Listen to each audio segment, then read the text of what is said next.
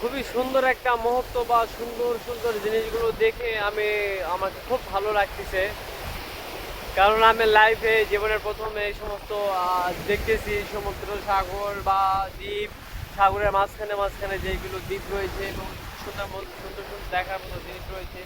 তো সবচাইতে বড় কথা হচ্ছে কি যে এগুলো কারো হাতের কোনো জিনিস তৈরি নয়, এগুলা সবই সমস্ত সব কিছুই আল্লাহর সৃষ্টি। সেগুলো সবচেয়ে সুন্দর দেখা যায় যে পানির নিচে যে সমস্ত সুন্দর জিনিসগুলো রয়েছে।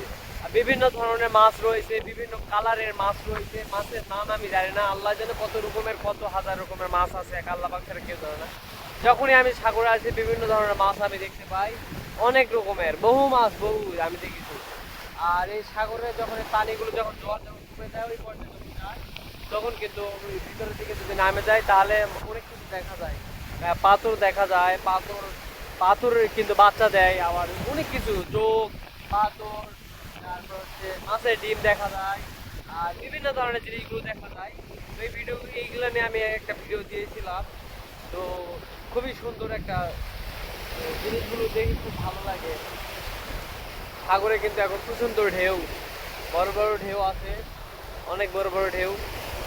তবে এই সময় যারা যে ধনী যে মালয় থেকে যে আইল্যান্ডগুলোতে আসে যায়, এইগুলো কিন্তু একটু ঝুঁকিপূর্ণ হয়ে থাকে, কারণ ছোট যেহেতু ট্রলারগুলো।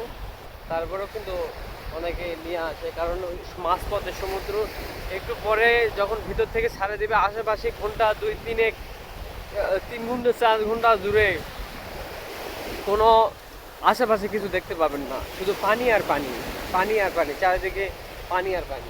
তো এখন বন্ধু আমি যেহেতু নামাজের দিন, এখন আমি এইদিকে যাচ্ছি। তো যেটা বলছিলাম যে পানি আর পানি, তো সেই জায়গাতে মনে করেন যে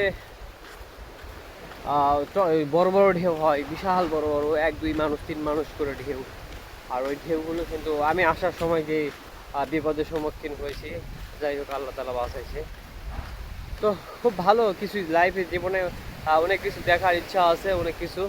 তো জানি না কি হবে। তো যদি ভিডিওটি ভালো লাগে তাহলে অবশ্যই সাপোর্ট করতে বলবেন না। ধন্যবাদ সবাইকে, আসসালামু আলাইকুম।